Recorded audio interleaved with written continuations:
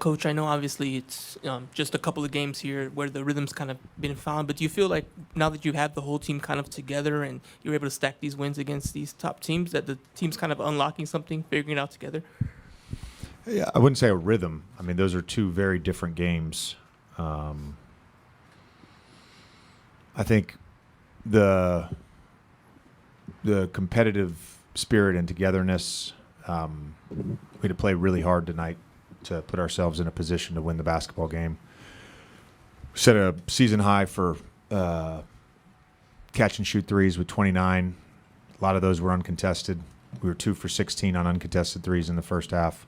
I feel like, we left a lot on the table, and they did a really good job, I thought, of not allowing us at times to get the matchups that we wanted with some of their scrams. They have a great defense. They communicate well. They're big. They're athletic. They're strong.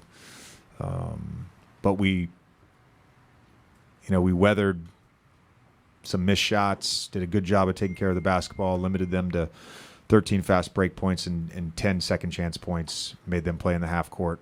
Our guys really competed on that. They left everything on, they emptied the tank. They emptied the tank on the defensive end. It was fantastic.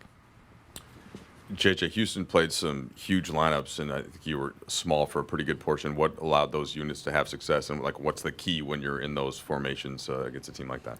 Well, defensively, it's just packing the paint and getting rebound. I think we did that tonight.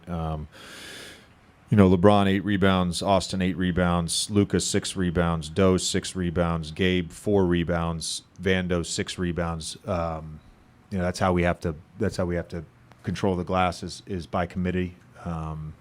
This was very explicit.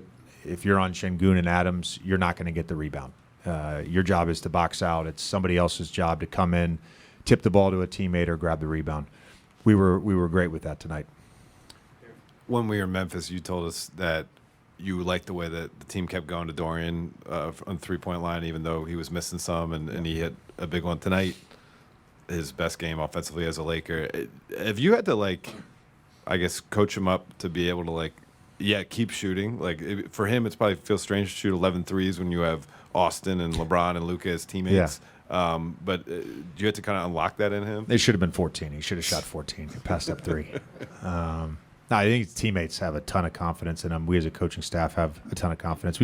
He needs gentle reminders sometime to keep shooting. And particularly, look, the type of shots that he gets, whether that's a corner 3 or a pick and pop versus a 5, they're open shots. We're not going to get a better shot.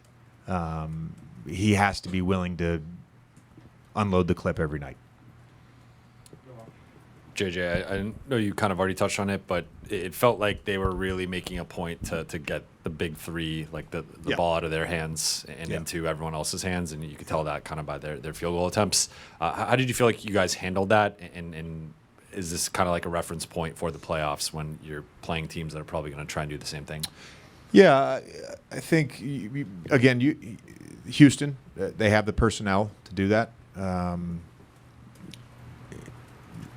Our 3 guys that are our primary creators and shot takers, I thought just did a good job of being patient and taking what was there. And if they wanted the ball to find Gabe and Dorian, I think those guys responded well. They shot 12 for 24 from 3. Again, it's just the willingness to take shots. And it wasn't just the 2 of them.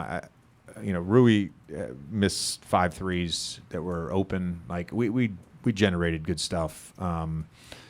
It was very obvious that they were trying to take away Jackson's roles. They were loading to Bron. They were loading to AR. They were trying to not allow us to score in the paint. And then with their 5s, they never went to a switch. They never went to a red. So it was just all pick and pop. And again, we want those guys taking those shots if they're there. You mentioned pregame that tonight could be a significant step in terms of building the playoff mentality, this team's playoff mentality. How much of a step do you view that from tonight? And not just tonight, but also the Memphis win as well? Yeah, I think if you lose those 2 games as reference points, it's a great example of how different games can be game to game. And in a playoff series, each game is its own thing because teams adjust and they decide what they're willing to live with, what they're trying to take away.